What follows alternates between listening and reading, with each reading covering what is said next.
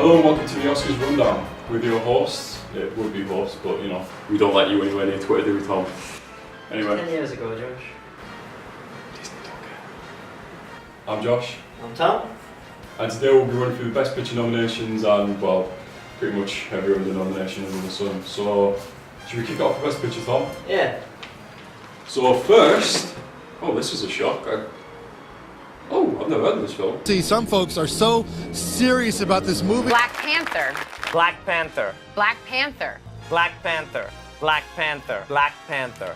Black Panther. Black Panther. It's called Black Panther.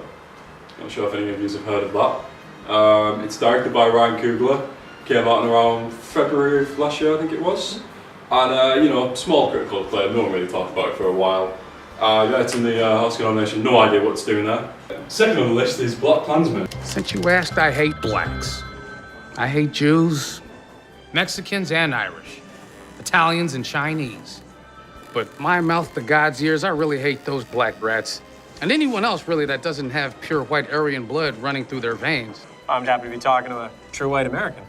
God bless white America. This is excellent. Would you like to talk about it, Tom? Well, Black Klansman, I've heard that it was based on true stories, true real events. Directed by Spike Lee, who's a great director. I understand why it's here. I had a lot of fun watching it. It was a genuinely great film. The tone of it was great. I think the time in which it came out was quite interesting as well, because we had the whole Black Panther fan and everyone was like, this is black cinema, this is... And then we had Black Klansman come out sort of just underneath that. And you know, quite a few people missed it. But for me, I think that was like the genuine sort of like the best we had to offer. It was a black director, Spike Lee, just like Ryan Coogler. But once again, I think the whole Marvel Disney hype train derailed it just a little bit. Third on this list is Bohemian Rhapsody. What makes Queen any different from all of the other wannabe rock stars? We're four misfits who don't belong together, playing for other misfits. For the outcasts, we're pretty sure they don't belong either.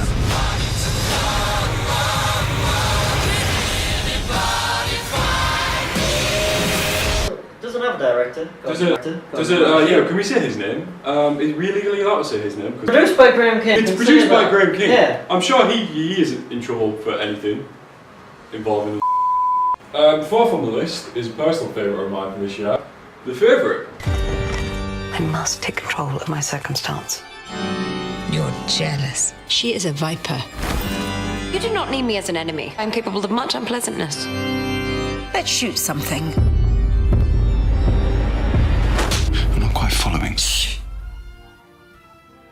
I apologize, Badoosh, what I'm thinking. Directed by, and prepare yourself for the butchering of this pronunciation, Yorgos Lanthimos. I guarantee I said that wrong. Yeah. But the guy also directed The Lobster, which was an excellent film a couple of years back. And yeah, it's just one of my favourites. The performances from Olivia Colman, Emma Stone, Rachel Weisz, they're just incredible. It's just an all-round great film. If you haven't seen it, and you like sort of weird, wacky, just all-round just weird film, then you're going to have a great time. Cinematography's top-notch as well, costume design. As a matter of fact, this film's been nominated 10 times for awards this year, so it speaks for itself really. So our fifth film, Green Bay. That was easy. Thank you, Tom. Well, Green Book. I mean, none of us are shocked really, are we? This January, Green Book is being hailed as one of the best films of the decade. It's amazing you said that. Nominated for 4 BAFTAs. This gentleman says that I'm not permitted to dine here. It takes courage to change people's hearts. And winner of 3 Golden Globes, including Best Picture. Get your hands off him! It's glorious, superbly entertaining. Moving on. It's like a checklist. Checklist. Check. No offense to the actors, brilliant actors, but I just feel like it was a little bit too. It very is Oscar bait. It's by the numbers Oscar bait. It's a bit embarrassing. Interestingly enough, what do we have next on? We have Roma.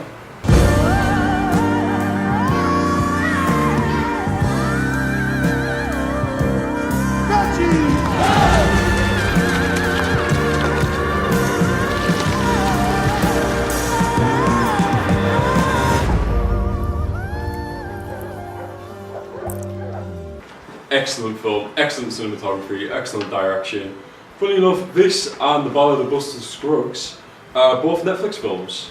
And it's interesting to see them in the Oscars, especially after the whole Cannes controversy where they refused to show any Netflix films. So it's good to see them in the awards. I mean, they more than deserve it, especially Roma. I think Roma, again, and Roma's got 10 nods. I think that just speaks for itself again. If you haven't seen it, it's on Netflix, so what are you doing? You sat down there. You sat down there. It's on your TV. What are you doing? Watch it. Next up we've got Star is Born, 2018.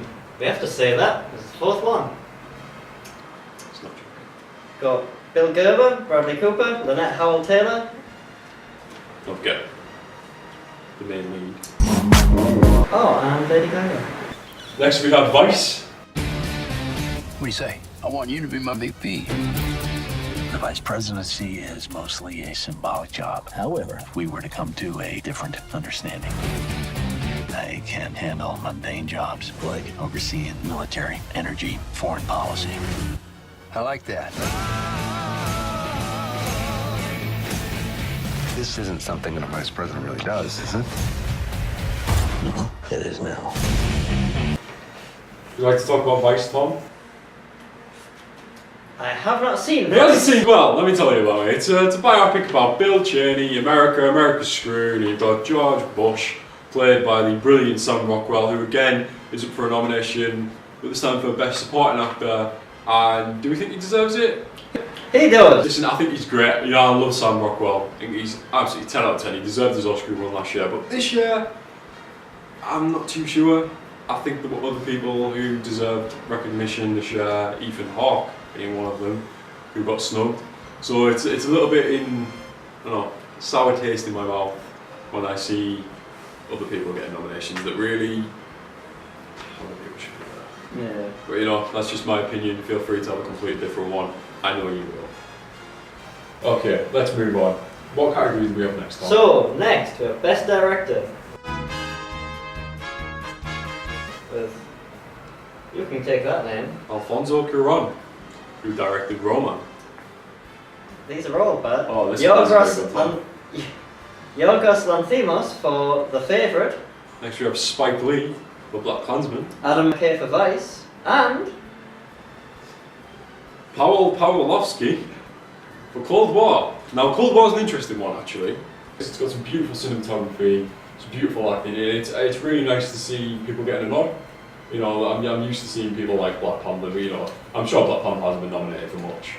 So you know, we can rest easy. You know, that films like Cold War will get all the nominations they deserve. But seriously, keep an eye out for Cold War, and just in fact, we've got a whole, it's here somewhere. Where is it, Tom? Oh yeah, Best Foreign Films.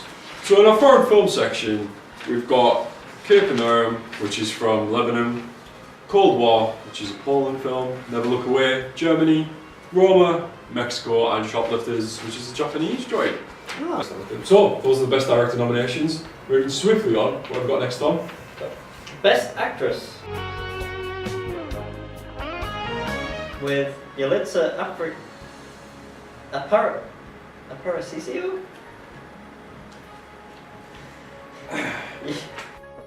So with Best Actress, we've got Yalitza Aparicio with Roma, Glenn Close for The Wife, Olivia Colman for The Favourite, Lady Gaga for A Star Is Born, and Melissa McCarthy there by mistake. What don't you get about it? Oh, good for you. And how was it? Right, let's go again. Let's go again! I never had a DP behave like this. The Best Actors, we've got Christian Bale. I'm sure that was because he gained a lot of weight, as per usual. We've got Bradley Cooper, A Star Is Born, of course. Willem Dafoe, again, nominated. Will he win this year? Probably not. Rami Malek, Bohemian Rhapsody. Now, I thought the film was okay, but the strongest part of it was Rami Malek. I do love Rami Malek. If any of you, this is where I shill the TV show that I love. And if you haven't seen Mr. Robot, I highly suggest you do. It's excellent. And, Viggo Mortensen. Now, some of you may know him from The Lord of the Rings, but we all know him from Green Bay. Of course, he's been nominated. And what's this? Nope, I don't see Ethan Hawke anywhere. That's brilliant, isn't it? So, next category we've got Best Supporting Actress.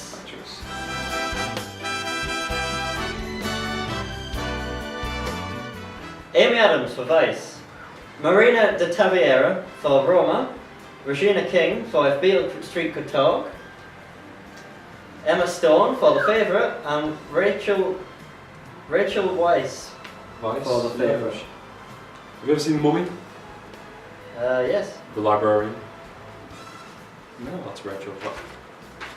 Have you seen The Mummy or not? Yeah. So you know The Librarian? You know, I watched a lot of things when I was 6, Listen, Josh. Tommy, you don't just forget The Librarian from The Mummy. Best supporting actor. We have Mahershala Ali. Now he is a great actor. I genuinely think he's probably going to take this one home. For Green Book. Adam Driver for Black Klansman. He's excellent, isn't he? No doubts there. Sam Elliott, A Star Is Born. Richard E. Grant, Can You Ever Forgive Me? That's an interesting one. I do think he deserves it, but again, we've got Sam Rockwell for Vice here, and like I say, I love the guy. But I don't know, I feel like we could swap out Sam Elliott for quite a few other people. I didn't find his performance particularly spellbinding, honestly. But I'm not on the Academy panel, am I? And clearly, they know better than anything we do. So for Best Original Screenplay,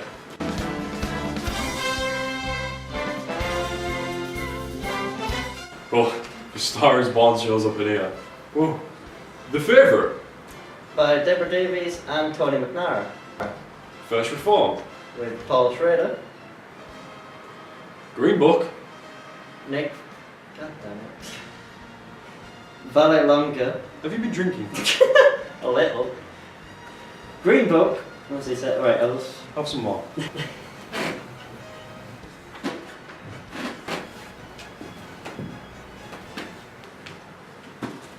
Still got a liver.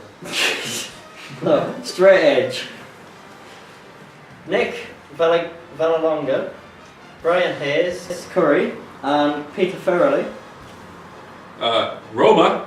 Alfonso Cuarón. Vice. With Adam McKay. Best Adapted Screen. Oh, The Star Is Born. A Star Is Born. A Star Is Born is off the Best Adapted Screenplay. Adapted probably from the 3 other films they did.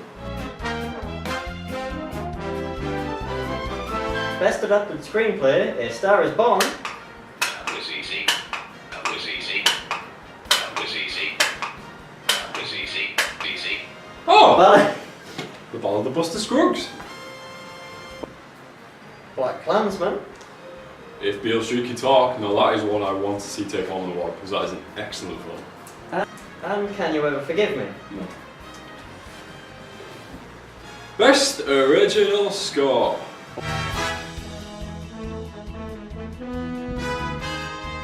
Black Panther with Ludwig, no? Best Original Score for Black Panther, really?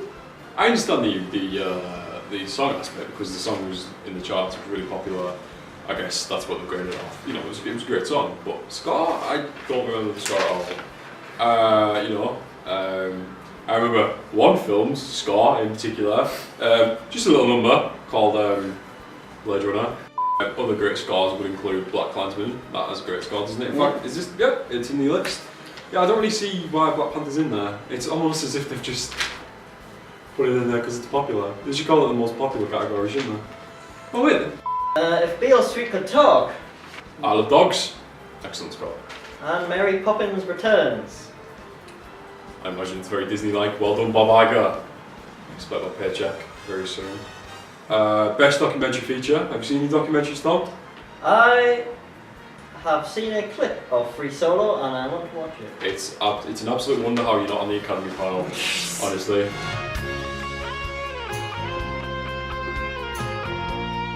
For best documentary feature, we have got Free Solo, Hail Country This Morning, this evening, Minding the Gap, of Fathers and Sons, and RBG. You don't get this one, I've seen these films. Best Animated Feature.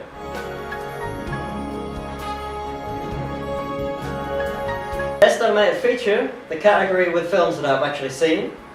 with Incredibles 2, Isle of Dogs, Mirror, no one wants that one, Ralph Breaks the Internet, Disney's little favourite, and look how many properties we got on. And Spider-Man, Into the Spider-Verse. Best film editing, Black Klansman, Bohemian Rhapsody. But why is that in there? Genuinely, on a serious note, that has got some of the worst editing I think I've seen in, I don't know, what was that Oscar winning film? It was an Oscar winner. Oh! Suicide Squad. That was the one. The Oscar winning Suicide Squad. Best makeup. Still Oscar winning. The favourite. Please. Yes. Look at it. That. Green Book. And Vice.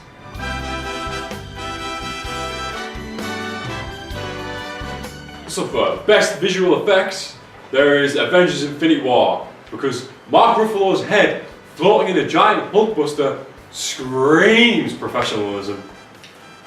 Christopher Robin, a film that just looks rather nice. Yes. No, I mean, there's got to be something else. What is it? What is it about Christopher Robin that makes it stand out visually above Paddington 2? What is it about that? Ewan McGregor. Disney. Ah, yeah. Disney. Of course it's Disney. Disney. I don't think he likes Disney. Disney. I love Disney. First Man. We've got First Man, which excellent film. I love Ryan Gosling. I love Damien Chazelle. Brilliant combination, and it will be snubbed. Bam! Just like that. That's all there is to it. That's Josh's lock of the week. Next, we've got Pop Vinyl the movie. After that, we've got Solo, a Star Wars story. There's a mistake. Moonlight, you guys won Best Picture. This is not a joke. I'm afraid they read the wrong thing. Prediction you don't need any folks is Black Panther. Black Panther is the best film of the year. That's all you need to know. You know why? It's my bag is this. Ooh. Well done, folks. Well, our job's here done. Spider-Verse should win and will be snubbed. First Man should win and will be snubbed. And Sophie from Peep Show is finally getting the due she deserves. I don't know. The favourite though, as a whole, the favourite will probably take on quite a few awards, deservedly so. Yeah. But we all know who the real winner here is. Disney? Jimmy Kimmel. Ah. Jimmy Kimmel doesn't have to do it this year. We look forward to seeing Kevin Hart. We look forward to seeing not Jimmy Kimmel. Because whenever that man comes up on stage, the Oscars grind to an awfully painful halt. Thank you, Jimmy Kimmel. I would like to thank Michelle and Jen, and not Matt, I don't like him, from Pizza Express for paying my wages, which allow me to buy clothing and food. I'd like to thank all the fat cats on the Academy Awards panel who quite clearly know everything about film. And without you, we as film lovers and makers would just be completely lost. So thank you mainly. We need to get ready for the Oscars now, don't we? We need to get ready. Yeah. Chances are, one of us is probably presenting it. Let's go. Yeah. Kevin Hart. Let's go. We're gonna see you at the after thing.